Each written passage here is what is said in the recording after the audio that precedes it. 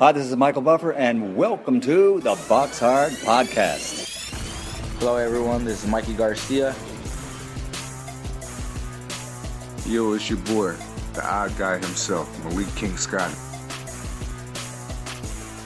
Hi, I'm Charlie Edwards.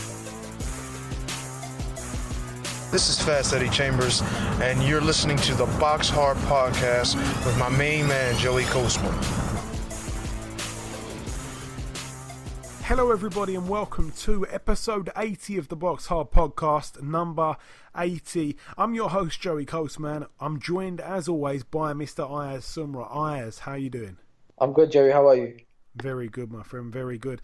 We're going to dive straight into part one being the review part of the show. We're going to start with a card that took place over in Australia at the Melbourne Pavilion. Just one fight to mention on this build, to be completely honest. Former world champion Sam Solomon, 44-4 with 14 losses. He moved to 45 wins and 14 losses.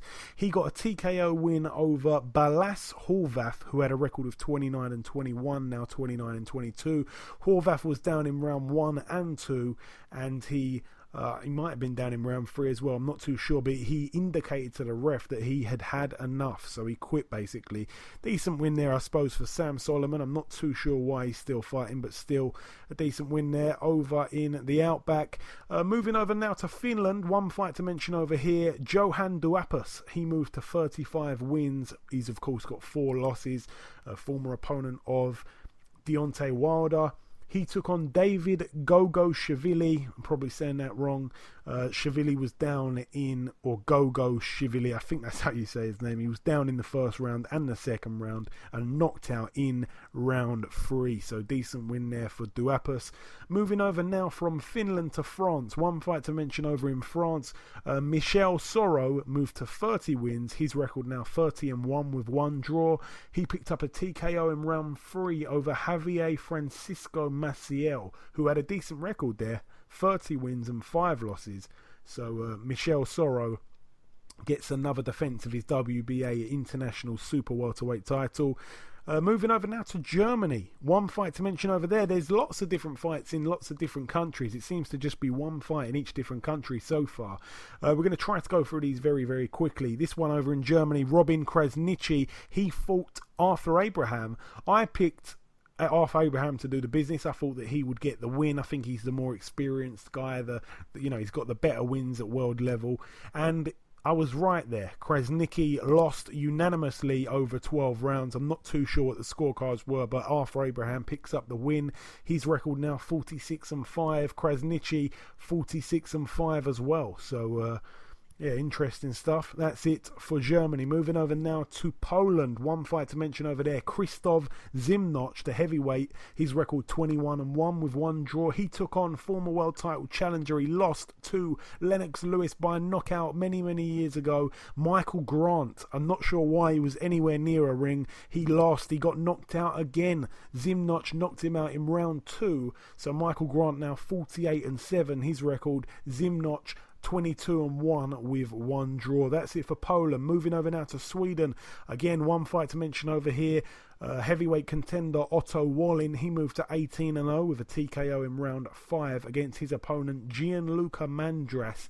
Wallin also picked up the vacant WBA Continental Heavyweight title in the process. That's it for Sweden. Now we're coming over to the UK. The UK is where there were 2 massive fight cards last weekend. We're going to start with top of the bill. Tyrone Nurse, 34 wins and 2 losses with 1 draw. It was his 3rd defence of the British Super Lightweight title. He took on Joe Hughes. Joe Hughes bringing a record of 15-2. To be honest, it was hard watching these 2 bills. There were 2 fights or 2 cards on at the same time. That was obviously Sky Sports with Eddie Hearn and Frank Warren with Box Nation / BT Sports. I was flicking back between them both, and I didn't watch much of the Tyrone Nurse fight. I've got to be completely honest. While he was fighting, I believe there was a fight on the Matchroom card. I think Sean Mashadod was fighting. And I chose that time, actually. I'll be completely honest. I went on Grand Theft Auto to play a couple of Grand Theft Auto heists online with Frankie Gavin. So that was what I was doing. And nonetheless, I missed most of that. But it went down as a split draw. So Tyrone Nurse, he's going to need to defend his British title once again to win it outright. So Tyrone Nurse, the second draw of his career, and Joe Hughes, the first draw of his career. But we know Tyrone Nurse is a good fighter. He's just hung around that domestic level for a little bit too long for a few people's likings. But nonetheless, a hard fighter to beat, and we hope he does win the belt outright. That's it for that one. Moving down the undercard. The first fight on the televised bill, it was a bit of a strange one, the way it had been put together in terms of time scheduling. Zolani Tete, he fought Arthur Villanueva.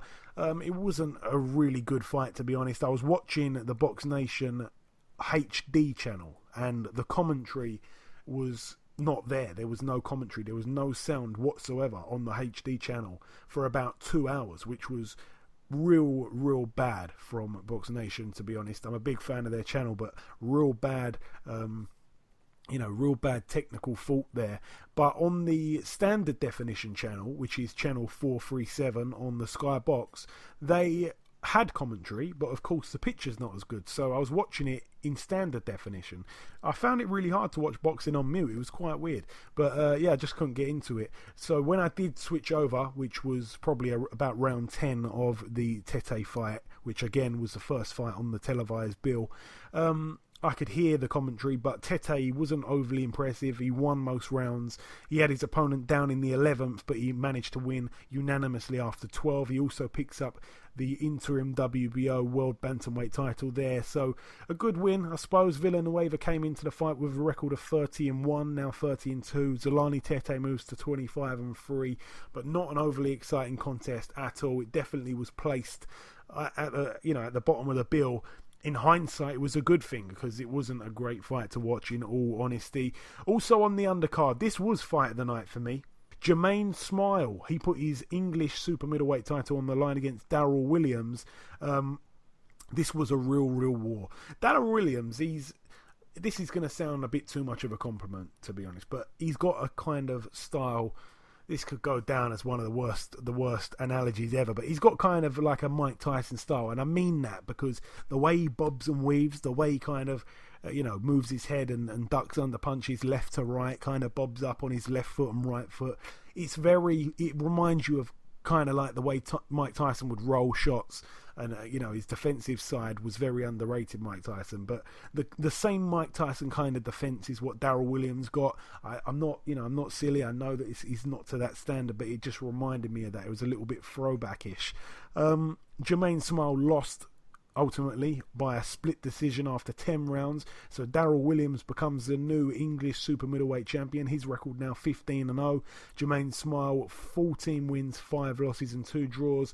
Williams was cut on the left eyebrow in the 3rd round. I think he was cut also in the 8th round as well, if I'm not mistaken. So a very bloody contest, but an out and out war. It was a real good fight, to be honest. As I said, fight of the night in my opinion. Moving also down the undercard, Anthony Yarde got in the ring. We will be speaking to him very shortly. He got in the ring against Darren Snow. Anthony Yarde made light work of that, and he picked up a KO in round 1, so he's now double digits, 10-0 with 9 inside the distance. His opponent was down twice. I think there was a little bit of a rumour after the fight that possibly maybe a broken rib could have been sustained there by Darren Snow, which is never good, but we wish him all the best, and of course we'll be speaking to Anthony Yarde in due time. But his opponent didn't really want any of it. He wanted out pretty much straight away, in all honesty. Also on the undercard, Tom Stalker picked up a points win over 6 rounds against Chris Adaway. Tom Stalker now 12-2 with 3 draws. Also on the undercard as well, Leon Woodstock moved to 9-0 with a TKO in round 3 over Paul Holt. I missed that one, to be honest. I think I was watching another fight on Sky at the time, so I missed that one. I can't really comment on that. We're going to try to go through this as quick as we can. Daniel Dubois picked up his 2nd professional win. He had his opponent down in the 1st round. He knocked him out in round 2, so a good win there for Daniel Dubois. And finally on this bill, main event, Tommy Langford, he was on our show I think it was last week, might have been the week before. He took on Avtondil Kurtsidze, who had a record of 32-2 with 2 draws. Obviously, Kurtsidze had mixed it at the higher level. Tommy Langford being the undefeated guy on the up. Kurtzidze's pretty much one-dimensional. He just throws big shots. He just comes forward, throws big shots. Tom had to keep it long. He had to keep everything behind the jab. He did in some parts. He did move well, but it was too much of a tear-up. It wasn't very clever from Langford. But I know that he knew what he had to do. I just think actually doing it, actually exercising the game plan was a bit of a struggle for him. He just got too involved. It turned into too much of a fight. And as I say, Langford was cut on the left eyebrow in round 3. When that happened, things just seemed to worsen a little bit. I think he might have also been cut in the 5th round, if I'm not mistaken, which ended up being the final round. He got TKO'd in round 5, so a very, very hard result for him. He sent out some kind of social media response, just a message to basically say sorry, and he'd feel like he'd let down everybody that was there and all his fans, which, it was hard to see that. He's a real nice guy, Tommy Langford, but he would have learnt a hell of a lot with that experience there, and hopefully we see him back. He's a true top guy. But that's it for the Leicester Arena. Moving over now to the other bill, the other rival bill in the Echo Arena, Liverpool, Merseyside, UK, of course, the Eddie Hearn show. We're going to start with the undercard over here. This one wasn't as big of a bill as the Frank Warren one. Joe Cordina made his debut. He looked pretty good. He picked up a TKO in round 4 against Jose Aguiar. That's, of course, the pro debut there for Joe Cordina, the 2016 Olympian from Wales. A good fighter, him, and a decent win. Gets a stoppage on his debut, which is always very good. I do want to say this. He was the only guy on the televised bill to get a knockout for the entire Matchroom card. Now, last week, Lawrence Okoli was the only guy to get a knockout for the entire Matchroom card. So it's been 2 bills back to back, and we've seen a hell of a lot of fights go the distance. And I know that, sometimes that means that it's a really evenly matched fight, and, that's ultimately what we do want to see, but we want to see a little bit of excitement. I think the last 2-week shows haven't been full of excitement. I wasn't even really looking forward to the main event, as I've expressed quite a few times. Martin Murray against Rosado. I think they're both at the end of their careers, really. I think they're both pretty much shot. I don't think any of them have got a chance of winning the world title, and I really like both guys, by the way. I'm just being brutally honest. So yeah, the 2 Olympians who have, Cordina made his debut and Lawrence Okoli had his second fight. They were the guys who got the knockouts, and they were in there against pure journeymen. So, it's a bit of a shame to see that. We do want to see a bit of excitement from the more seasoned pros, but we haven't been getting that. That's it for that one. Moving up the undercard, Sean Dodd, he took on Lee Appleyard. This one was for the vacant Commonwealth lightweight title. Again, I said I wasn't actually watching this fight. I was busy doing other things. I wanted Sean Dodd to win. I didn't really know too much about Lee Appleyard, but Sean Dodd has been on the receiving end of a few decisions that haven't really seemed too fair. I think he was due some luck, and he got it here. So decent win for him over the 12, and of course his record now 13-2 with 1 draw. Lee Appleyard 10-3. Moving up the undercard now, a fight that we predicted, Ayaz, the first fight that we predicted of the review in Rocky Fielding 23-1. He took on John Ryder 24-3. This one was always going to be a good fight. We thought so going in. John Ryder was a man who we really like on this show. It's not a case of was. He is a man that we really like on this show. We knew that he was up against it a little bit, a real test at super middleweight. We said last week, we made a prediction on it. I had to be honest, I thought he was going to lose by a stoppage. I thought Rocky Fielding would take him out maybe in the later rounds. You went with Rocky Fielding to win on points, so that closes the gap. It was 4-3 on the predictions. It's now 4-4 at the moment, but there's one more that I've got to tell the listeners about before the show's up.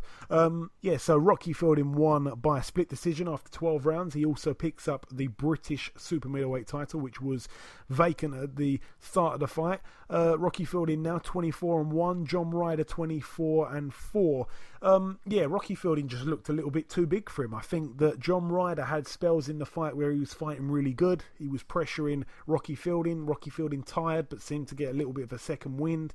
John Ryder looked to hurt him a few times. I think it was in one of the late rounds, might have been round 8, 9 or 10, something like that, where he seemed to not get saved by the bell, but the bell came at a great time for Rocky Fielding. He was in a bit of trouble, really, and he was being overwhelmed a little bit. But in terms of the size and the strength, Rocky Fielding was the bigger man. When he was keeping things behind the jab, he was doing well. He doesn't really seem to fight up close so great. And John Ryder put up a real valiant effort, but it just wasn't to be. But some people thought he won, so possibly we could see a rematch there. That's it for that one. Moving up to the main event now. Martin Murray, 34-4 with 1 draw, took on Gabriel Rosado, 23-10.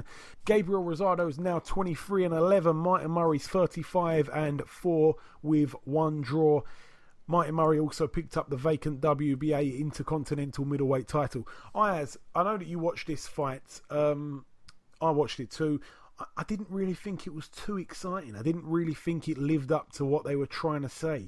People were saying it was going to be an out-and-out war. I didn't really think it was too much of a war. I think it was a close fight, but it wasn't like a grueling contest that some people thought it would be. I think it didn't really deliver. What was your thoughts on it, Ayaz?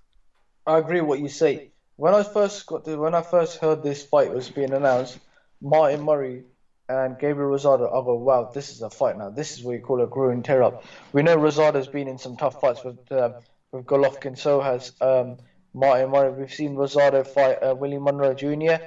He had a fight with him, had a brilliant fight with him. And we thought, this fight's going to be all blooded, like knockdowns and fight of the year. But to be honest, it failed its expectations. This fight, Rosado did good. Rosado did okay, but in my opinion, the fight, went to Murray. But I'll tell you something. The result was disgusting when the judge gave it 119-109.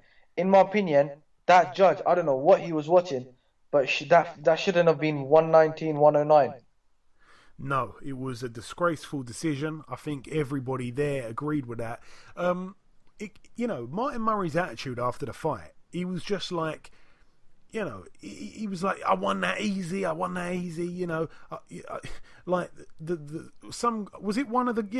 judge gave it a draw. I can't remember what judge that was. Like, he does refereeing as well. It's completely slipped my mind at the moment. Might have been Howard Foster. It might have just been. He's always where there's some controversy, but it wasn't a controversial card. It was that kind of fight. I think there might have been 1 round in it, maybe 2, being generous. It was a close-ish fight. I didn't score it, but Martin Murray went on like he won it, like it was some sort of shutout. It wasn't. His attitude struck me, and the way he was acting like that straight away when Rosado feels like he should have got the nod, and rightly so. You can't help but sort of, when he's being all brash and like dismissive of what Rosado had done over the course of the fight, you can't really blame Rosado for reacting the way he did. It did get a bit heated. They had their gloves off and Rosado seemed to take a swing at him. It was all a bit funny, but that was only because Rosado went over to, I thought it was the referee at first. I thought he went over to sorry, not the referee, one of the judges, and said like that was disgraceful, but it looked like he actually went over to Eddie Hearn and was shouting it. But Martin Murray decided to walk over there and say some more, and that's when it really got heated. I didn't like that. I think Martin Murray was a little bit, he won the fight. He shouldn't be sort of in a bad mood about that. He should be happy. But especially when, I'm not saying he was lucky to win it, but he was quite fortunate to win it, especially as wide as one of the judges had it, as you just said, Ayaz. But no, I don't know what's next for Martin Murray, and do you know, I'd like to see Martin Murray take on someone like Paul Smith. I think that's a good fight. I think they're both really, they're not on that world level. They're not. They're just not. I'll tell you something, right? Eddie Hearn said in the IFL interview, I was watching, I think, and he said that, yes, they're going to talk to Matthew Macklin about getting him another world title shot, but with Billy Joe Saunders. Yeah, I mean, that's a fight that I can't see happening. Obviously, Eddie Hearn and Frank Warren making a deal like that, and Martin Murray is not a big draw. You know, the champion's Billy Joe Saunders. And Eddie Hearn always says, because he's got the backing of Sky and all that his fighters have got much more, you know, bigger fan bases. People know who they are. I understand that. He's right a lot of times about that. You know, he says it about, about Crawler and Flanagan. Crawler's a much bigger name than Flanagan. We all know it. But Flanagan's the one who's got the belt right now. But in this situation, Martin Murray, I think that Billy Joe Saunders is a much bigger name than Martin Murray, and he's got the belt.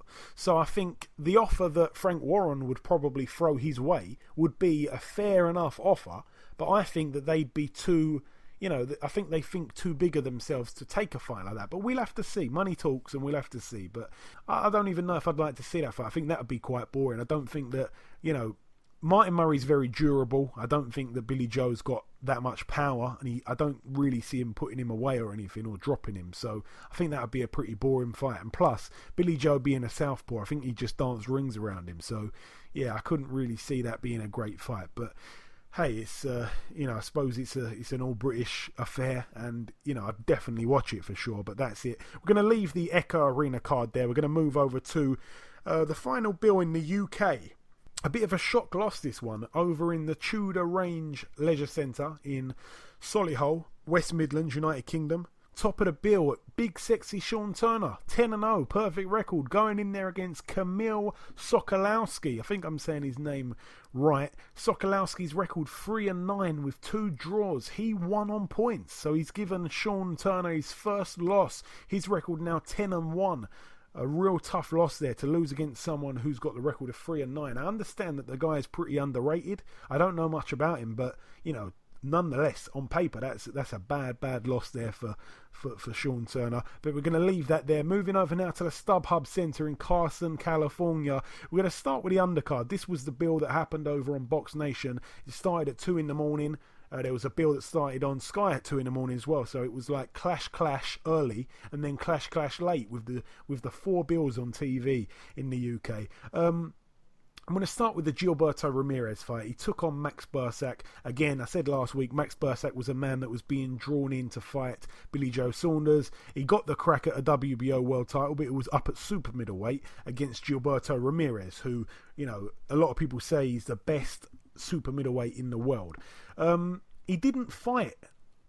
I wouldn't say he didn't fight like the best, but he didn't seem overly impressive. He took him the whole 12 rounds. He won unanimously. Gilberto Ramirez now 35-0. Bursak was deducted a point in round 5 and another point in another round. I can't remember which round it was. And both of those points were taken away for excessive holding. The first point, which was took away in round 5, I thought was very, very harsh. I think the referee didn't even really warn him. He just took away a point. So, I think it was something like 106 to 120. So, we don't really like to see that. It was very, very wide. It was one-sided. But Gilberto Ramirez did the whole fight in first gear. He didn't really step it up. I suppose he didn't really need to, but it wasn't very exciting. It was another, long-distance fight that really I expected a little bit more. So I was a little bit, it left me a little bit deflated after that fight, but there was more fights to come, of course. We saw Jesse Magdaleno take on Adilson Dos Santos, also on that bill. Jesse Magdaleno 24-0, Dos Santos 18-2. One of those 2 losses was to Kid Galahad just before he got his suspension from boxing. This one was also for a WBO world title. This one was at super bantamweight. Dos Santos was down twice in the second round, and he got stopped in round 2. It was a KO in round 2. So a good win on paper there for Jesse Magdaleno, now 25-0. But Dos Santos seemed to be stopped a little bit quick, in my opinion. I thought that, he knocked the guy down. Magdaleno knocked the guy down, but in the same round he knocked him down again. But it was a weird one because he kind of hit him and he kind of he ducked down but he wasn't going down. But then Magdaleno hit him in the back of the head, kind of punched him in the back of the head down to the canvas. So he kind of punched him to the floor. The guy got back up straight away as well, Dos Santos. He got straight up and he seemed to be pretty fine. He knew where he was and everything, and the referee just stopped it. So for me, it was a little bit premature, but definitely a good fight anyway. I don't think Dos Santos had much of a chance. You could see a bit of a depth in class already, but it was early for me, the stoppage there. But nonetheless, Jesse Magdaleno with another win.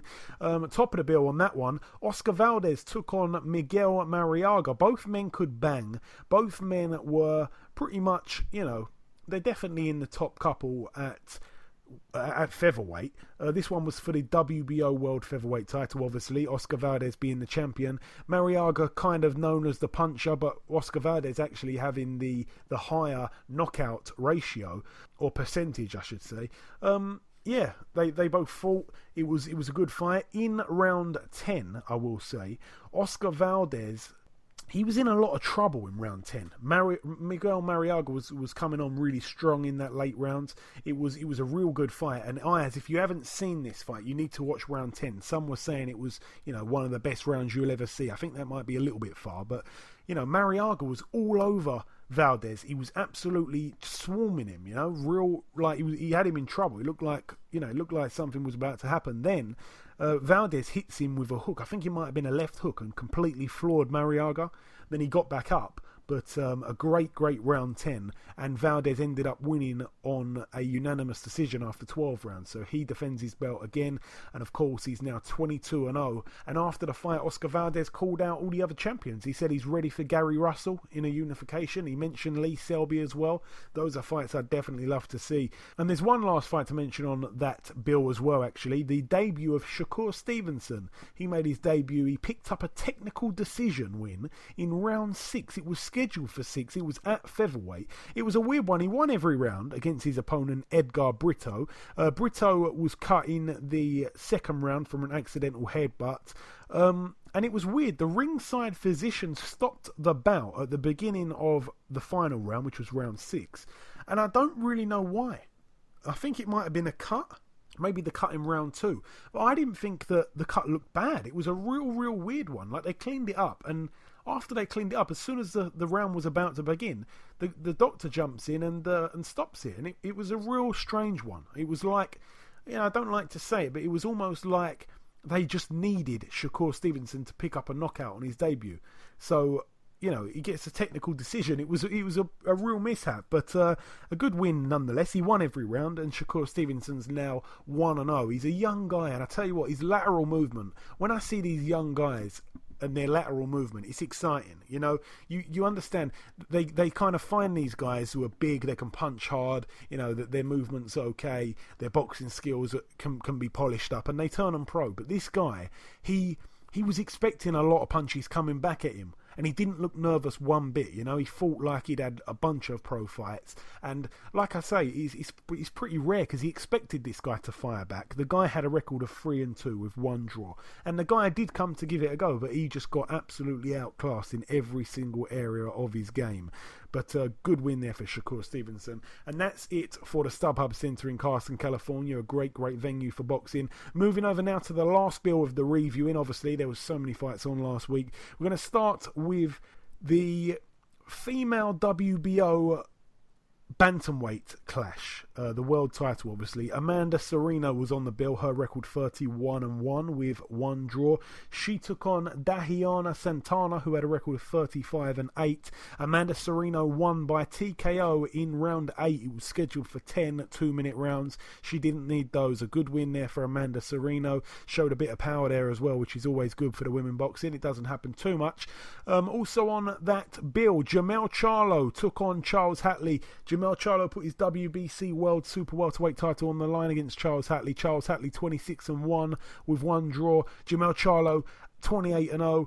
What a fight, Ayaz. This is, we got to remember, this is the brother that people say, including myself, that he's not as talented as Jamel Charlo. And I think that I stick by that. But I tell you what, he showed some class, and I tell you what, he's ready for unifications, that guy. What a win there over Charles Hatley. What did you make of it? What a knockout first.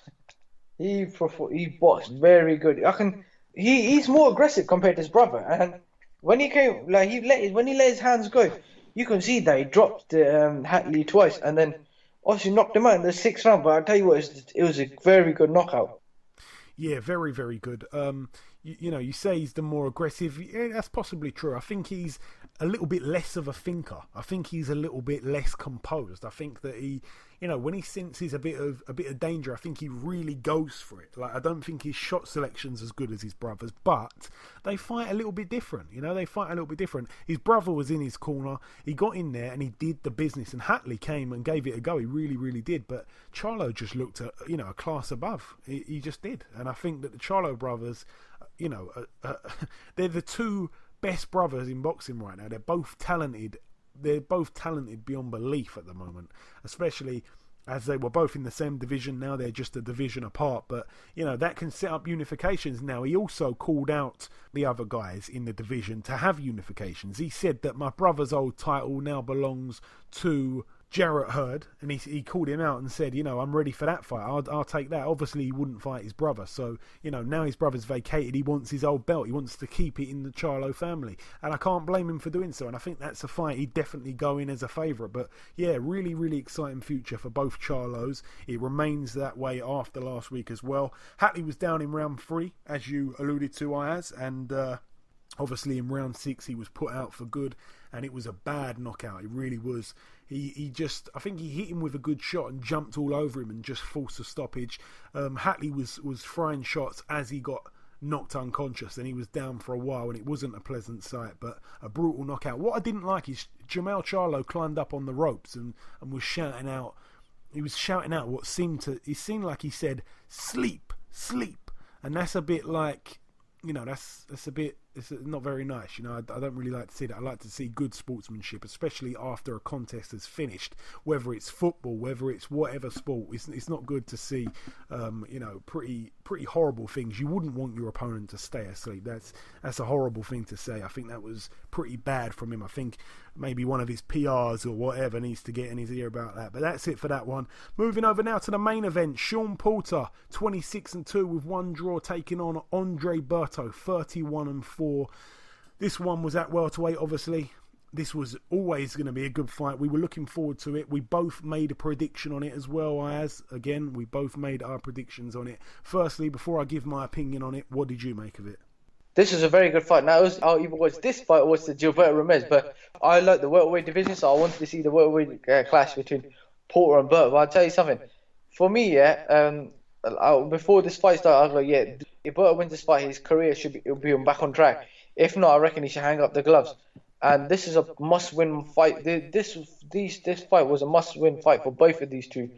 Firstly, if Porter won, he would have been back on track. And if Berto won, he would have been on the same position. Now, from the start, you can see Porter was just going for it. Like, every Porter fight that I've seen him, he plays very dirty. Like, when he's boxing, he's very dirty. And you can see the head clashes. Like, within the second round, right? They both, Berto had a very disgusting clash. And you can see on Porter's eye as well. And within this third round, Porter knocked down Berto. And then from there, it was just Porter all the way. And then obviously in the 9th round, Porter dropped him again, and the referee had to stop it because of a cut as well. But I'll tell you what, now obviously Porter is mandated to fight for the WBC welterweight champion, and now he's mandatory to fight Keith Thurman. But however, Keith Thurman wants to fight the winner of Brook and Spence. Yeah, it's a great situation, the welterweights. It always has been, a real hotbed of talent up there. Firstly, thoughts on the fight. Sean Porter is a dog, isn't he? He's all over his opponents all the time. He absolutely swarms them. And I thought he was going to be too much for Berto at this point in his career. And he was. But in parts, Berto did really well, I thought, at countering him. And he landed clever shots as well. Sneaky little shots, Berto. He did better than I thought. I didn't think it would go as far as what it did. We also learned a little bit there that Porter is not very good fighting going backwards, okay? He swarms opponents going forward only. when he was going back in the times that Berto did back him up, which again was promising signs because no one really can back him up. He's so strong, Sean Porter. He's like a little bull or a little pit bull or whatever you want to say. But he's got a hard style to look good against. He's very rough. He's got to wash his head though. And he had Berto down in round 2. And as I say, I really thought he was going to be stopped not too long after that. But he had him down twice in round 9. And yeah, I flicked it on. And it was on live, and it was in like round 5, and I thought, oh God, Jesus. And I had to wind it back to watch it, because again, the scheduling of the 2 channels, it was a bit wild. I actually had to watch the Jamel Charlo fight on Sunday, about 5 o'clock, 6 p.m. on Sunday. So I didn't even see that fight till at least 24 hours later or so. So, yeah. It's not good when there's loads of fights on at the same time, but it was great. It was a great weekend of boxing. It really, really was. And I think that's it for Berto as well. I've known for a while he's not world level anyway. He's got no chance of winning another world title. Sean Porter, as you alluded to again, Ayaz, he's the WBC mandatory. He was the WBA mandatory before, got a shot. I think he was the mandatory. He got a shot at Keith Thurman. Obviously, it was a great fight. He lost, though. Now he's mandated again to fight him, WBC. There's a few guys at the top. You've got Porter, you've got Thurman, you've got Errol Spence, you've got Brook, you've got Danny Garcia. In my opinion, I would love to see Keith Thurman fight the winner of Brook and Spence, and I'd love to see Danny Garcia fight Sean Porter. I think that's a brilliant, brilliant fight. A great, great fight there, like a little Super 6 or something there. Remember, Manny Pacquiao's also in the mix as well, but he's taking on Jeff Horn. But yeah, definitely a great, great division. But that's it for the Barclays Centre. That's it for the review, and we've done all the talking. I know it's gone on pretty long, but there was so much to go over. It's now time to speak to someone who was a part of last weekend's fights. He was a part of it. He was a part of it with a bang. He got another knockout. If you don't know it already, you will in a moment. It's time to welcome our first guest. Ladies and gentlemen, please welcome a man simply known as the Beast. It's of course Mr. Anthony Yarde. Anthony, welcome to the show. How are you? Yeah, my man, I'm very good. Yourself? Yeah, I'm good, thank you. I'm good, man. Just resting up now. Okay, man, wicked. So, Anthony, of course, you fought last weekend on the undercard of Langford Kurtzidze. You took on Darren Snow. The fight ended inside the first round. Obviously, that happens quite a lot in your fights. What did you make of it, Anthony? Well, it was just, for me, it was just another fight. Everyone I get in the ring with, I take seriously, because you don't know what person's going to show up. It was another fight for me, really. I just take every fight seriously as it comes. Whoever's in front of me, I just feel like I've got a job to do, so I got the job done. And obviously now you've moved to double-digit wins, 10-0, with 9 knockouts, 5 inside the first round. It was funny, Anthony, because as you all know, there was 2 shows on last weekend in the UK on TV. You had Frank's show on, you had Eddie's show on. You were obviously on Frank's show, and I was switching over, from one channel to the other, watching them both. And then as soon as your fight ended, I went straight over to Sky, and then you was on the TV there on an advert. I didn't know what was going on for a minute. How was that? You're the face of Maxi Muscle now. How's that for you? Yeah, no, it's fantastic, man. I just believe in you work hard. You have a pure heart. I've got a good heart. Everyone that knows me knows I've got a good heart. And yeah, good things come to you, man. So and also another thing as well is not having fear and saying to yourself that you can't do something. People are saying to me, "Oh, you can't be on both channels," or "You can't." If you go with one person, you can't ever be seen with the other person. Like, I actually know Eddie Hearn. It's to say hello to him and stuff like that. And Frank Warren's my promoter, and I'm very, very, very close with Frank Warren. So a lot of people have their opinion, but they don't know nothing. So they always have their say and say, "Oh yeah, you can't do this, you can't do that." People started tweeting Frank Warren and tweeting Eddie Hearn saying, "Anthony's on Sky. Do you know about this?" and things like that. So it just shows you people's mind frame. They don't want to see people doing good. They always see that there's a problem with something. So, you know, I'm just happy that we got it done. It's good publicity for me, and yeah, it's just all around a good look for me, Maxi Muscle, and everyone else involved. Yeah, absolutely is. It's funny you should say that about people tweeting. That is crazy. I didn't know that. Obviously, Anthony, you were actually coming off. I don't know if you knew this, but you were coming off of your longest layoff. It was only 4 months because you've been, you've been pretty active. 4 months has been your longest layoff. Can it be frustrating sometimes, Anthony, when you train as hard as you do and you get in there with a fighter and they kind of seem like they want to look for a way out as soon as you land the first hard shot? No disrespect to any of your opponents in particular, but sometimes it does seem that. It seems like you land a shot and people are just waiting to find an opportunity to get out of it. Is that a little bit frustrating for you when it ends so quickly like that? Well, to me, sometimes it might look that way, but then the people that are saying that ain't getting hit by the punches. Sometimes when I'm sparring, when I turn up in sparring, I get the same kind of result, and that's a 16-ounce gloves on. Like, some people that haven't boxed before, they don't know what gloves, 10-ounce gloves feel like. And I'm actually a person that when I play, if I'm a person that was just swinging and throwing random punches, then a hard hitter can go some rounds. But when I'm landing clean shots, or I'm setting up certain shots and landing them clean, you can't really blame my opponent for going down, because 9 people out of 10 will go down if a certain shot is landed. So maybe they might not have good defense. Some people have thought they've been well up for it. You land a good shot, you see in their eyes that they're gone, that they're just gone. That's sometimes why the ref stops it. There's been a 1 or 2 times where I thought the ref stops it a bit early, but then obviously the result looks inevitable. That's probably why the referee does their job and stops it. I'm not really a critic of my opponents. They class right now as journeymen. Who's put in front of me is not my fault as well. We do try and get certain opponents. The problem is, will people fight me? We had Nathan King in the pipeline. He agreed to fight, and then I think it was a week before the fight. So literally the Saturday before, I thought he'd come and said, "There's no way I'm fighting that guy."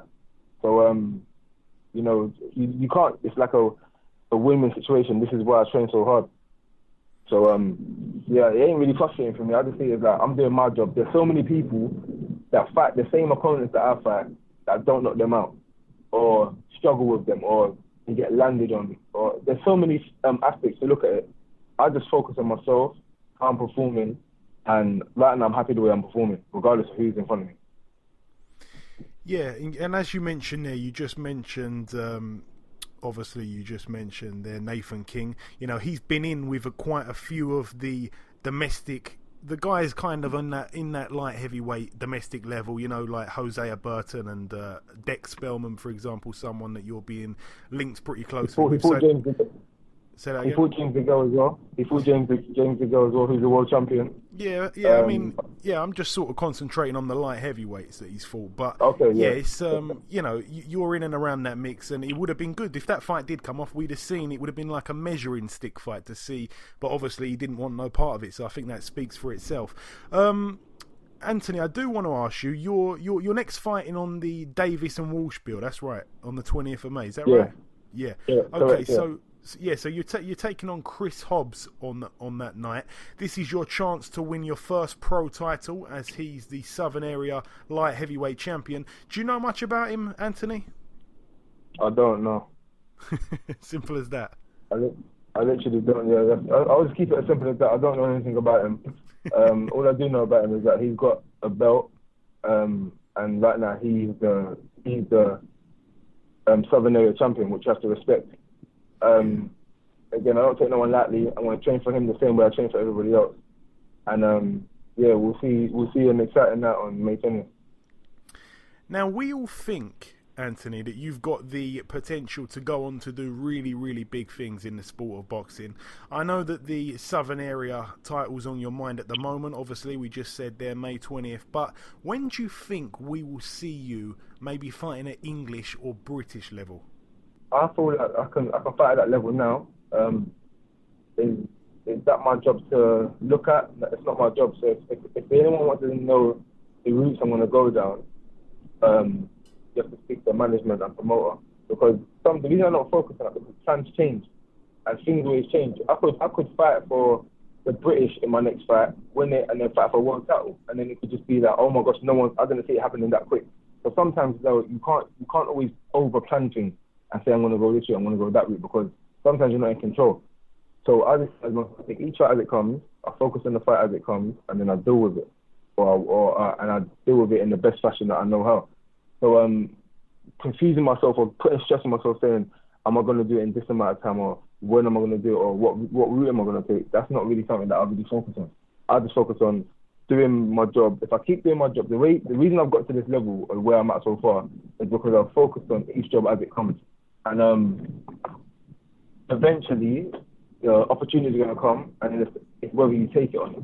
There's loads of people been in the past or been in big prospects, like myself, knocking at everyone, and everyone's talking about them, and they get their chance, and they say, oh, it was too early, or he had no amateur experience, or he wins the fight, and they say, oh, yeah, I knew he was going to win the fight. So, really and truly, that's not something that I really focus on, because in my mind, the mind frame I've got is that it's going to happen one way or another. So I know what I have to do to get there, and that's continue to work hard, keep putting on good performances, and stay focused.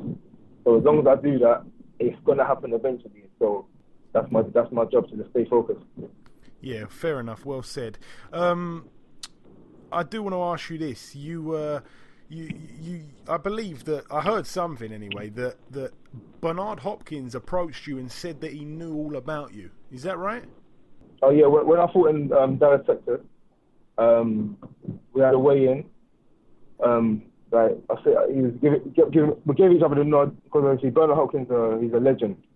I didn't really speak to Oscar too much. It was just I shook his hand and stuff. But Bernard Hopkins, I had a good conversation with him in the bathroom, where he met my little brother and things like that. And he was just saying to me, I'm doing very well. This was before I fought. He said, I'm doing very well. He's looking forward to seeing me, etc. I said, I'm surprised you know who I am. He goes, yeah, of course. Like, certain people over there know who I am, etc. So he goes, I'll keep it up. And then obviously I was speaking with my brother, I want to take a picture of my brother, etc. But my phone battery died, etc. To come and find the master. So it was a good thing to get recognised. And also I think he spoke to Frank as well about some of his prospects. And again, I think I got mentioned. So it's all good and positive things. Brilliant, man. Brilliant. Good to hear. And obviously, we're closing in now on the big one this weekend. Anthony Joshua versus Wladimir Klitschko is finally here. We've been waiting for it for a long time. I'm asking everybody, to be honest, who I speak to about this fight. It's going to be the last time we speak before it happens. What's your thoughts on it, Anthony? Who wins? Well, we have to go with the Brit. I'll go with Anthony Joshua by knockout. I think in all aspects, Joshua can win this fight, because I believe he is tough. There's been questions about his chin, meaning he's been knocked out in sparring, etc. But that's sparring. Lennox Lewis got dropped in sparring. Mike Tyson got dropped in sparring. There's a heavyweight, so when they hit each other, it's big shots. But what matters is what comes on fight night. So so far, Joshua hasn't been, really tested in a way in terms of opponents, except for when Dylan White hit him. But if he can treat Wladimir Klitschko with no respect and go out there and attack him, he can get Klitschko out there. And then again, that's Joshua gone clear in terms of he's made history already in terms of being the first British heavyweight to win a world title. He's selling out arenas, and his name's big over here. His name's big in America, or getting bigger in America. And the show in itself is being aired on Showtime and HBO, so that's massive. So if he can deal with the pressure, because boxing is all about pressure, and the bigger the fight, the bigger the pressure, etc. If he can deal with the pressure and do his job, I believe he can win the fight. The only thing I do say is that he needs to be careful of Vladimir's lead left hook. He's got a very sneaky, the same hook he knocked out Pulev with. And from what I've seen of some of Joshua's fights, he's a bit suspect of blocking a good left hook. So that's the only criticism I'll give. But other than that, I feel like in every other aspect, Joshua's younger, he's fresher, he's probably more hungry. He wants it more, because Klitschko has been there, done it. He's a legend already. He's fought with the best people. He's had his career, so I think Joshua's next in line. So I'll go with Joshua. Ooh, what a fighter, a real fighter we're all looking forward to. And finally, before I let you go, Anthony, just wanted to really give you a chance to send out a message to any of your fans that may be listening, anybody that follows your career, anybody in particular. Well, everybody really. First thing I want to do is just thank all the people that have helped me, and that's my trainer Tunde Ajayi. He's been a major part of my career so far.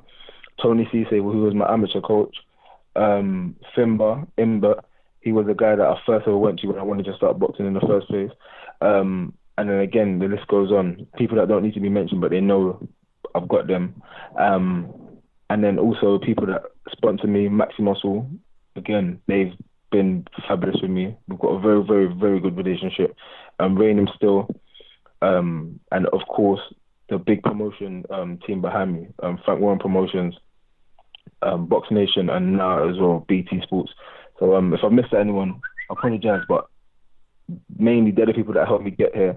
And then most importantly, all the fans that are out there that are supporting me, following me, watching my fights, getting behind me, supporting me, promoting me, reposting my stuff, etc.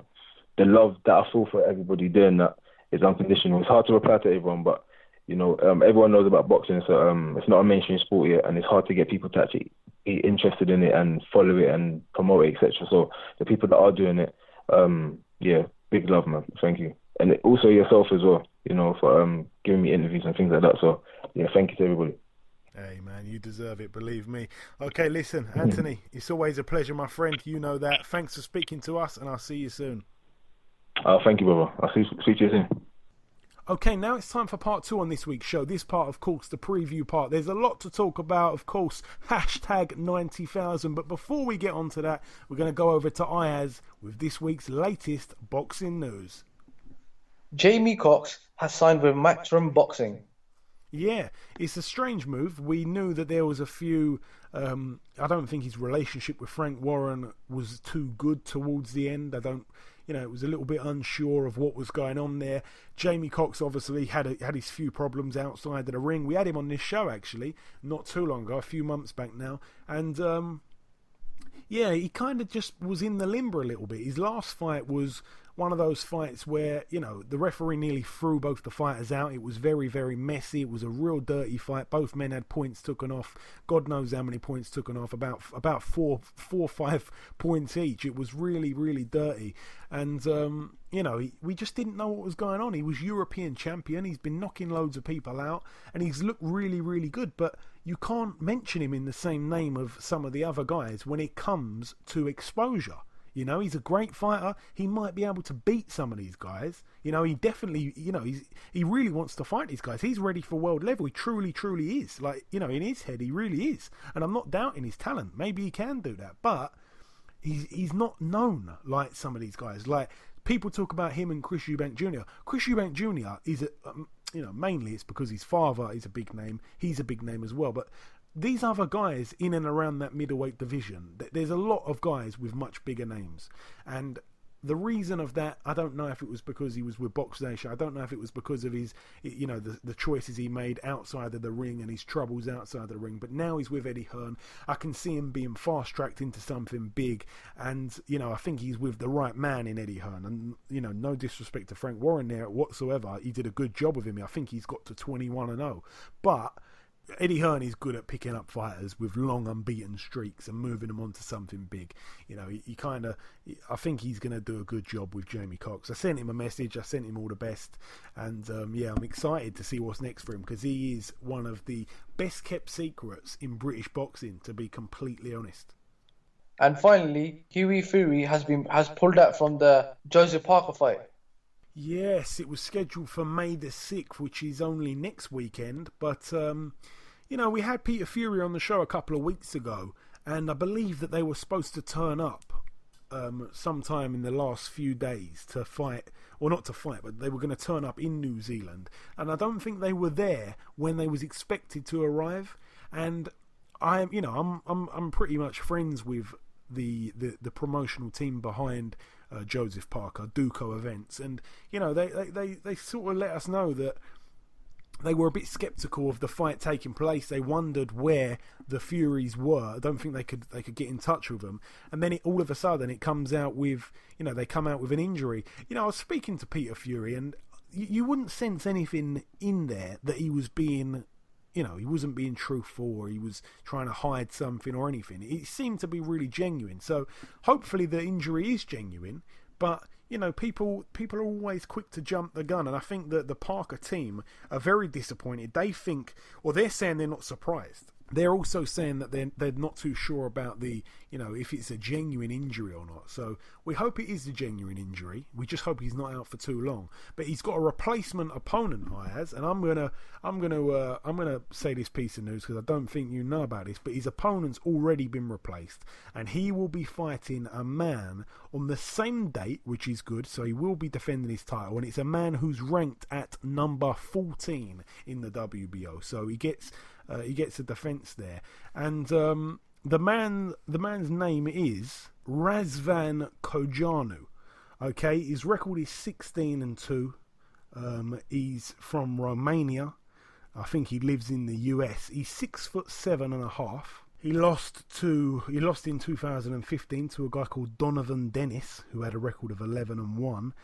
He also lost his debut in 2011. So, it's not a great fight in all honesty, but it's a defence. At least we see Joseph Parker in a fight. At least he's not inactive or anything. He likes to keep very active, Joseph Parker, and it's not his fault. That's the main thing. But what I will say is I don't know what's going to happen with Hughie Fury. A lot of people were very sceptical when Duco Events outbidded Frank Warren. A lot of people didn't think that they were actually going to go out there to fight him, or fight the champion in New Zealand. And I just don't know what's going to happen. If he's out of the ring for let's say another 3 months or something with this injury, I think it's a lower back injury, something like that. If he's out the ring for another 3 months, in that time, Joseph Parker fights next weekend. He's going to win. He's going to win easy. He might need another 3 months or so. Hughie is going to need to recover from his injury and then train. It might mean, because Hughie's already been out the ring for about a year already. So I think it's a year this week, actually. So, by the time he's ready for it, it might end up being like a year and a half out the ring, and he's going to just jump straight back in there and have the world title fight. I think that's suicidal. I really think, for Hughie Fury. So, I'm interested in what happens. I've got a lot of love for the Furies, as I've said on many occasions, and I wish them all the best. But I feel very, very sorry for Joseph Parker, to be honest, and most of the people that bought tickets for the fight, especially Fury fans, to trek all the way around the world, to the other side of the world, for a fight that's not going to be happening. You don't get refunds on flights and stuff. So, it's a bad thing for boxing, really, and we hope to see the fight rescheduled, but I just don't know if it's going to happen, in all honesty. It's a shame. Eddie Hearn's obviously been saying that he didn't think it was going to happen for quite a few weeks now, and it's he was right about that, really. Whether he heard whispers or not, I'm not too sure. But that's it for the news, Ayaz. There's only 2 things there to talk about. We talked about it for a little bit too long. I'm going to try to fly through the preview part.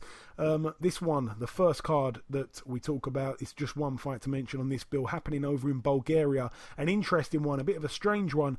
Kubrat Pulev. This one's on Friday night this week, by the way. So this is Friday the 28th of April. Kubrat Pulev takes on Kevin Kingpin Johnson. Remember, he retired from boxing for a little while after losing to Anthony Joshua by knockout.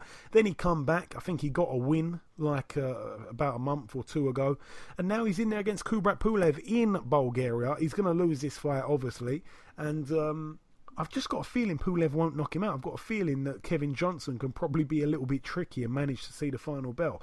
But we don't really want to see him boxing. But yeah, it's a bit of a strange one. Kevin Johnson, Kubrat Pulev has now fought. Kevin Johnson and Derek Chisora, both 2 guys that, I just can't really see beating them having too much relevance. I know that Chisora's obviously coming off a good performance against Dillian White, but he never had a chance in that Pulev fight. Pulev now 24-1, Kevin Johnson 30-7 with 1 draw. This one's for the WBA Intercontinental Heavyweight title. That's it for Bulgaria. Moving over now to Mexico. One fight to mention over there. I didn't know it was happening, so I'm not too sure if it will happen, but it is listed. Brandon Rios 33-3 with 1 draw. Another man that we've had on this show before. Former former world champion. His opponent yet to be announced. It's also yet to be announced how many rounds it's going to be, but that's supposed to be at the Gimnasio Manuel Bernardo Aguirre in Mexico. So interested if that happens. We definitely need to give Bam Bam Rios a mention. And now the big fight card of the week. It's going to be the biggest fight in British boxing history. I mean that in terms of numbers, not in terms of the quality of the fight. For those hardcores that probably have got itchy fingers and mouths about me saying that, I understand. It is, it's a big fight. It's sold out. It is a 90,000 people fight. People are going to be there. Wembley Stadium is huge. We're going to start with the undercard, okay? We're going to start with the undercard. I'm not happy about this undercard, Ayaz. And I said it off air and I'm saying it now. This undercard is not what we want to see, okay? There's 6 fights on the undercard, so it's a 7-fight bill. That's fair enough if all fights are quality. It's a big fight. We're bringing Klitschko over to the UK. I understand all that, but on the undercard, Josh Kelly, okay, great fighter. We got a lot of love for him. He takes on Fahim Khan. Fahim Khan 9-10 with 2 draws. It's a 4-rounder at welterweight. Josh Kelly's only 1-0. He's a good fighter, but he's only 1-0. He's only just turned over. He shouldn't really be kind of filling undercards, but okay, we'll leave that one. Joe Cordina, he's in there against a TBA. His opponent's to be announced. He's 1-0 as well. He's in a 4-rounder. Two guys, 2 Olympians, both just turned over. Do we really, they're just going to be in mismatched fights. We understand that's part of the process, but why are they all on this same bill? Lawrence Okoli, 2-0. He takes on Russ Henshaw. That's the guy who was supposed to fight it might have been his pro debut, I think. So that fight's been rescheduled. Russ Henshaw, really, since he lost to Isaac Chamberlain, he's been a bit of a journeyman. That's a 4-rounder as well. That's 3 Olympians on the bill. Katie Taylor's on the bill as well, obviously, former Olympian. She's in a 10-rounder. This is good to see. She takes on Nina Minke, who has an unbeaten record of 5-0. Obviously, Katie Taylor 4-0.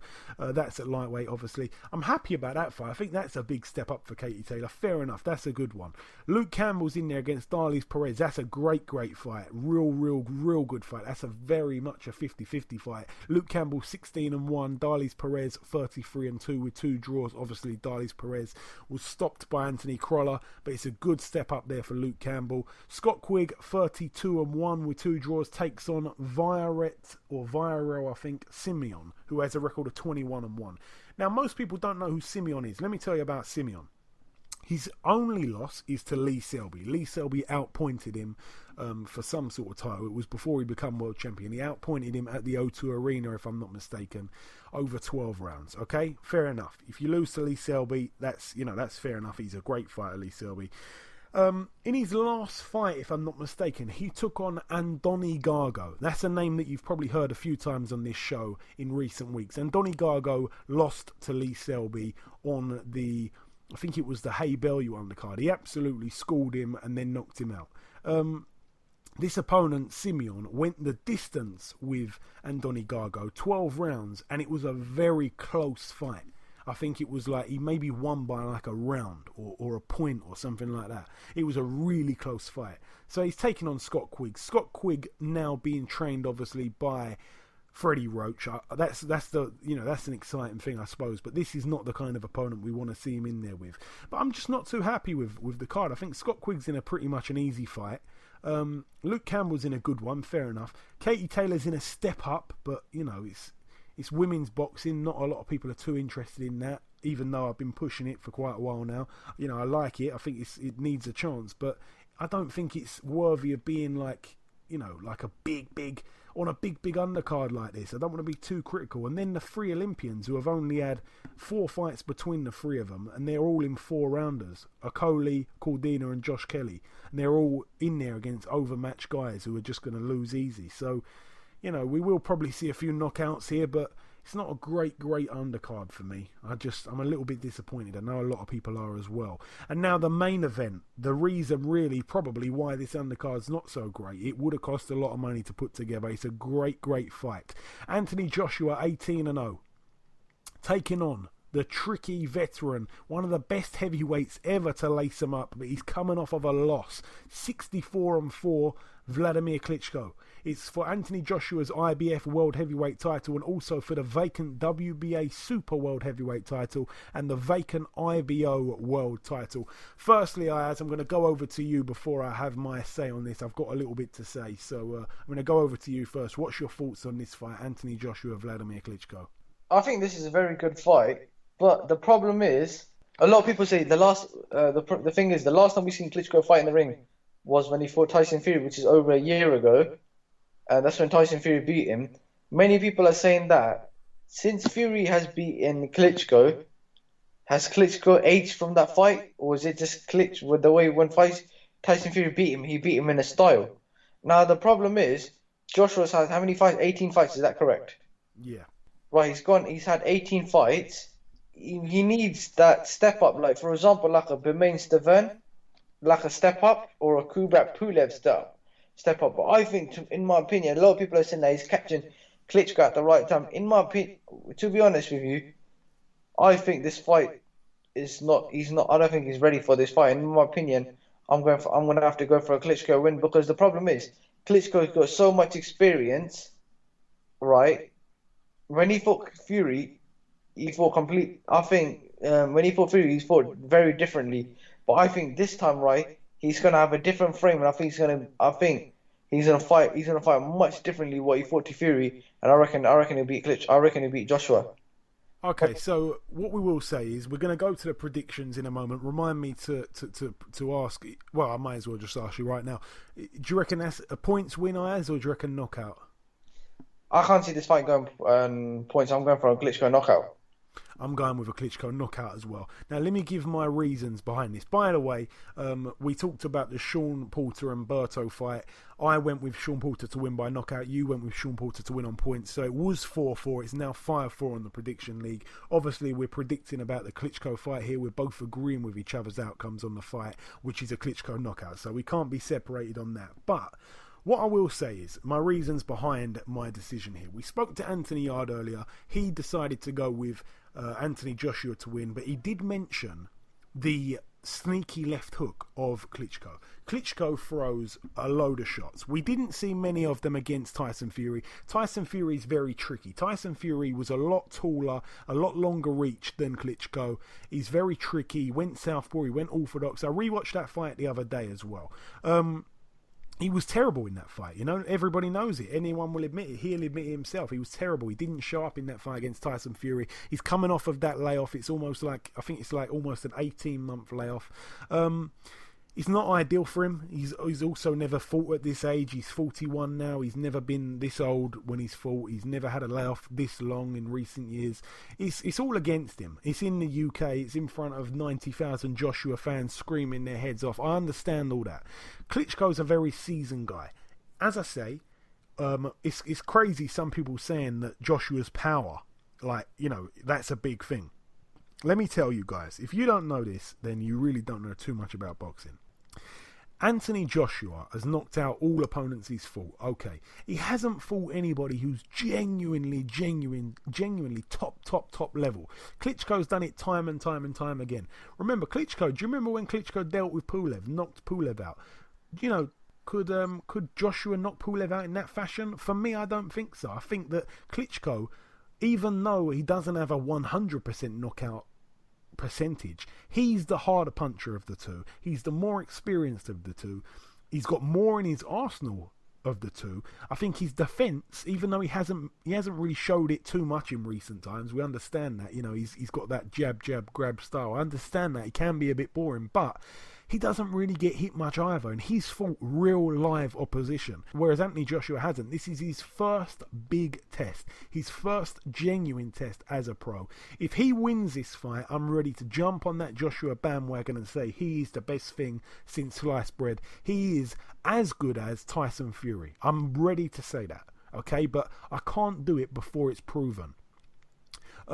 You know, Tyson Fury beat Klitschko already, so it's already took the shine off of this victory. If he wins, I guess it depends how Klitschko looks and how he wins.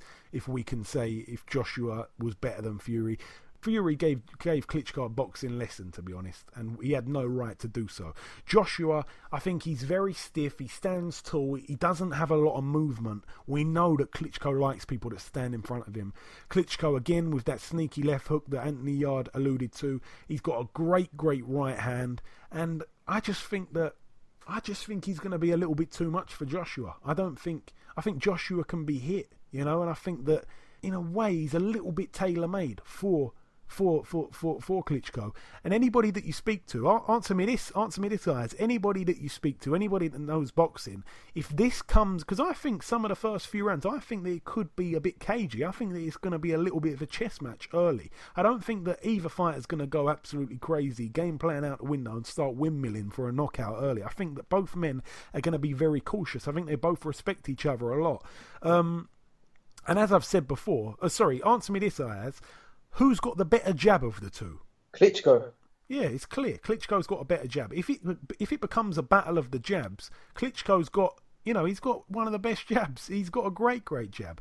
So I think that if it comes to a battle of the jabs, I think he wins that fight. And if that is the case early, then I think he could end up racking up a few scorecards in his favour for the first few rounds. I think he could end up winning a few of those early rounds, and then that can make Joshua get desperate, and when he gets desperate, which we saw against Dillian Whyte, he can be rocked and hurt. And I tell you what, there's no one who's going to be cooler and calmer than Wladimir Klitschko. He's a cool cat. He's been around the block. He knows it. He owns a t-shirt. He's done a lot. He is the man.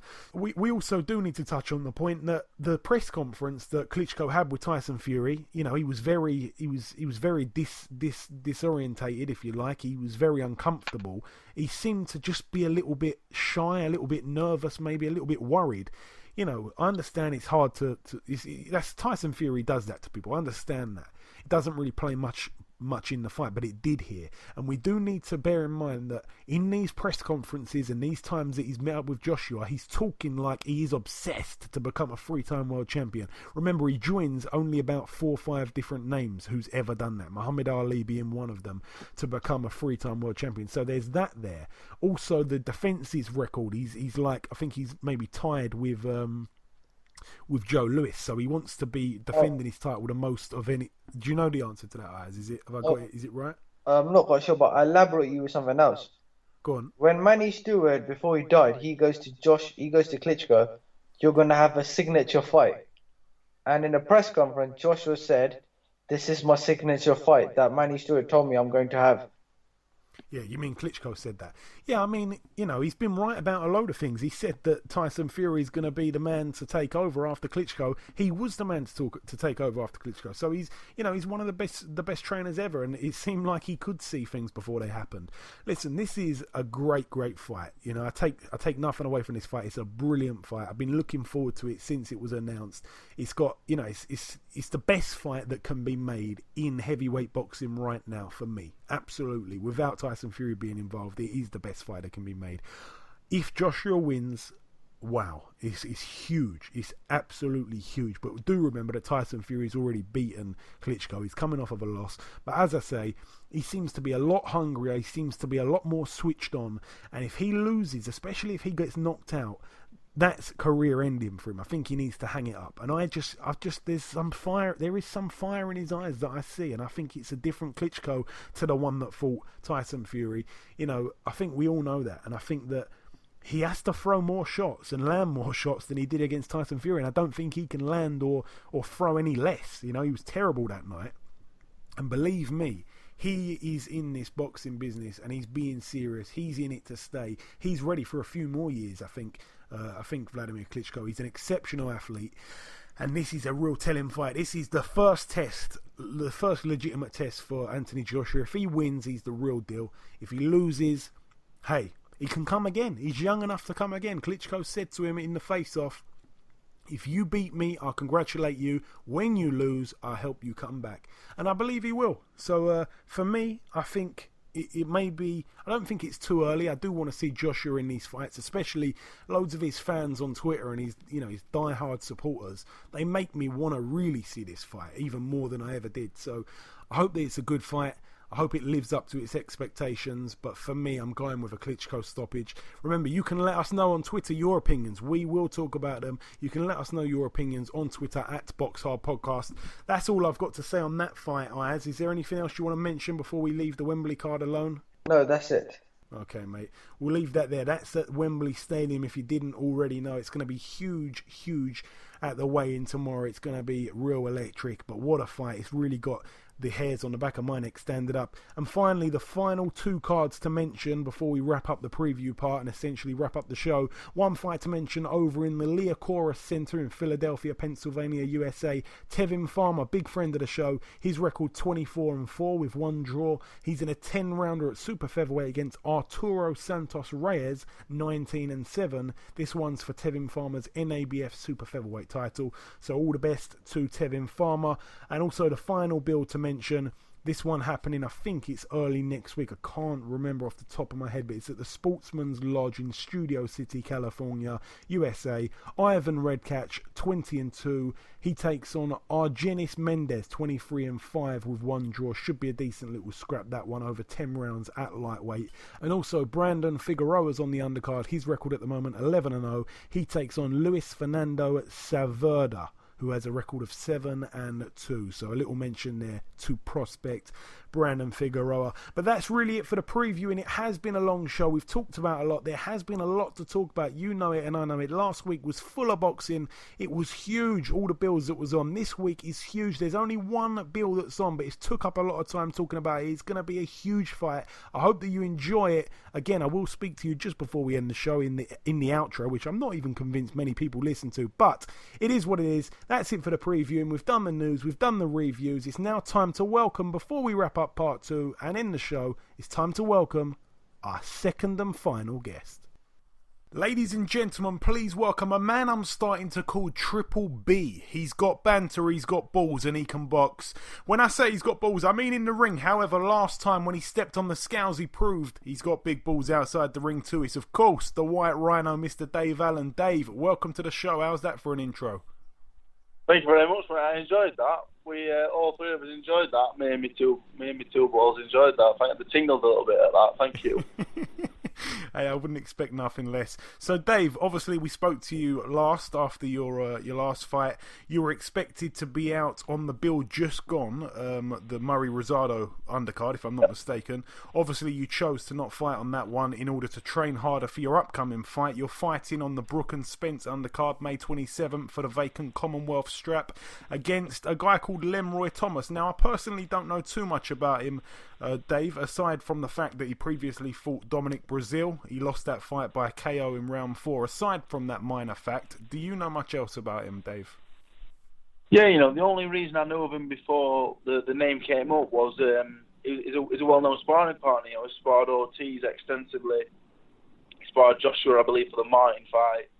Povetkin, he's been all over sparring, so I knew of him through them circles. Since the fight's come, I've watched the Breezy-Al fight. Andre Fedosov's also a very good fighter. He boxed him. He beat Jason Estrada. Lenroy Thomas is a good fighter, and that's why I pulled off the Liverpool bill. I know I had to be 100%. I couldn't afford to take that time off in resting for the Liverpool fight. Having time off resting after the Liverpool fight, I wasn't going to be able to do that, go into the Lenroy Thomas fight less than 100%. So we took the Liverpool fight off. The Ian Lewison fight, which I believe was on, is now not on because we deem the Commonwealth title to be a little bit more important than a domestic. Not even a grudge match, just a good domestic fight. We get the Commonwealth belt, and then that moves up a little bit higher than a win over a good fighter in Ian Lewison. Yeah, I understand what you're saying. That's obviously a smart move. What you're saying there, I didn't realise that he'd been not a southpaw. I didn't realise that he'd been a sparring partner of all these other guys. So, those are the ones you got to really be careful for. Those are the kind of gym fighters. Obviously, he's a southpaw as well, which straight away kind of alarmed me a little bit. And then I remembered, hang on a minute, you've been in there with probably the best southpaw heavyweight in the world in Luis Ortiz. Yeah, where have you been training for this fight, Dave? And what's the latest with Shed ABC, by the way? I've been training everywhere. I've been Shed ABC. I've been in Borchester Church Hall. Where I've been tonight training. I've been training in Church Hall. I've been training in Leeds with Mick Marsden. I've been on the track in numerous places. I've been on football pitches. I'm about to go on Bowley Car Community Sports College, where I went to school on their 3G pitch. I'm everywhere. I'm all over the place. I get training wherever I train. I'm training well for this fight. I'm eating well for this fight. I've got to take it serious. And, I know what I boxed the world and one I boxed Dylan White. They were massive fights, but this is a massive fight that is really winnable with the right timing to prepare and everything. This is a must-win. I don't win this, I really got to look at my career and think, well, I know I'm inexperienced, I'm not many fights, I've got a lot of learning and progressing to do, but this is a fight I really have to win, so I know that. I'm taking all the correct measures, to make sure I take the opportunity. Yeah, and again, upon hearing you saying that he's been sparring all these guys, that that's definitely whet my appetite for this fight. Now, I did want to just touch on the Ian Lewison fight. Obviously, we're not talking about that at the moment, but since we last spoke, it seemed like the fight was on, and then it's off, and then it looks like you become the best of friends on Twitter. What's actually the latest on that? Well, the fight was never on. I just believed that the fight was going to happen at Bramall Lane. I believed I was going to fight Liverpool 6 rounds, and then the Ian Lewison fight was going to take place. That was my understanding. I was never told that by Eddie or my management. That was just something I saw. Me and Ian was having a bit of a laugh. I like him. He seems like an intelligent bloke, a nice bloke. So I've got nothing against him. I thought that fight was going to happen. And then the next thing you know, I'm getting an offer fight for Commonwealth title against Lenroy Thomas. And it's not something I can turn down. The Ian Lewison fight is going to be there. Or the Ian Lewison fight is always going to be there for me. Like, it's a good domestic heavyweight, so people want to see it. So I've got you can't turn down a heavyweight title fight. So we took it, and thought that Ian Lewison fight will be there come what may after May 27th. And Dave, obviously you're equipped now with a new pair of running shoes. Kell Brook bought you them. How are they getting on? They're all right, I don't run in them. I wear them for best. The new shoes, I pick about in them all the time. It's funny how that came about. Not really. Kell must have just been following the Twitter banter with me and Ian and just wanted to get involved, and I've got a nice new pair of New Balance out of it. So, thanks again, Kell. And obviously you wanted to fight for the British title. You kind of made it clear that was your goal, that was your dream. Usually we see the Commonwealth and the British go together, but obviously you're fighting in this fight for just the Commonwealth. Are you happy to be fighting for that anyway? A bit of a silly question, I know you are, but how happy are you to be fighting for that? Yeah, the Commonwealth title is a major title. It is a major title, but the British title is still the one that I want. I win the Commonwealth title, I've got the manager for the British title. The winner of Sexton and Cornish is going to hold the Lonsdale belt for about 2 to 3 months maximum until I get my hands on it. Everyone knows that's the poor British title fight. The board not back me and Dylan White for the British title. We'll let them fight for it. I think it's a farce. I think it's ridiculous. I think it's a joke. And I think I'm going to relieve them of the Lonsdale belt pretty sharpish. So, upon hearing you say that, after this fight, providing you're to get through this, we're not going to look too far ahead, but would you prefer to fight the winner of that fight rather than Lewison next? Yeah, I want the British and the Commonwealth titles, and I'll defend it against Ian Lewison. I'm more than happy to do that. If Joshua loses against Klitschko, he needs a nice, easy comeback. I'm here for him too. I'm here for everyone who wants it. I want to collect the Commonwealth title, and I want to collect the British title. And then I want Ian Lewison. And like I say, if Joshua loses to Klitschko, he needs to come back fight. He needs to look no further than myself. And I want to ask your opinion on that fight, Sam Sexton, Gary Cornish. Who do you reckon will win that one, Dave? Sam Sexton will stop Gary Cornish. You reckon he stops him, you say? I say that with much conviction, yeah. I would definitely believe that's the case. Okay. And earlier in the show, our first guest, we spoke to Anthony Yarde. We asked him about the Joshua and Klitschko fight, who he thought would win. He said Joshua. Another reason why I wanted to get you on this week especially is because I know that you've been going with Klitschko for quite a while, just like myself. I wanted to really have some kind of divide in opinion between our two guests. So I wanted to ask you, Dave, once again, I know who you're going with, but the reason why you're going with Klitschko. Well, I've sparred both men, Whatever that means, I'm not sure, but I know Joshua. People say, well, you sparred him years ago. Yeah, that's true. He has improved absolutely massively, but you don't change certain characteristics in people. You don't change certain things. Certain things will never change, no matter how much time you spend in the gym. And for that reason only, Wladimir Klitschko will beat Anthony Joshua. He's too experienced. He knows far too much. This fight is all about whoever hits the other one on the button first is going to win, because the first big shot that lands this fight is all over. And Wladimir Klitschko knows far too much for Anthony Joshua at this stage. I think Anthony Joshua can go down to be one of the best heavyweights he's ever been. He's a tremendous athlete. He's still pretty much inexperienced. He's not really boxing. But the Dillian White that he boxed, he's not the Dillian White that we see today. Dillian White is 10 times, 100 times the fighter he was when he boxed Joshua. And he's still the best opponent that Joshua's boxed. Joshua's not been with anyone, and he's going to jump in with one of the best heavyweights that's ever lived, the modern era. I don't think so. It's too much of a step up. People are writing Vlad off his shot. If Joshua does get the win, there's no such thing as a lucky shot. If he takes Vlad out in a round, sees through, there's no such thing as a lucky shot. And Vlad's not finished. I don't believe Vlad's finished. Vlad wants it as much as ever. Tyson Fury will make anyone look bad, you know. So if Joshua does win, I give him all the credit in the world. Yeah, I'm with you on that 100%. I'm ready to say he's the real deal if he gets the win, you know. But we got to remember that Tyson Fury went into that fight as the big underdog, and this time round, obviously Joshua's the favourite, which, I don't know, numbers only go so far, I suppose. And finally, Dave, just before I let you go, I wanted to bring up the fact that you very honestly came out this week and said that for your 6th pro fight, you sold £105 worth of tickets for your 6th fight. Now, in only your 15th fight, you've sold £20,000 worth of tickets, which is incredible.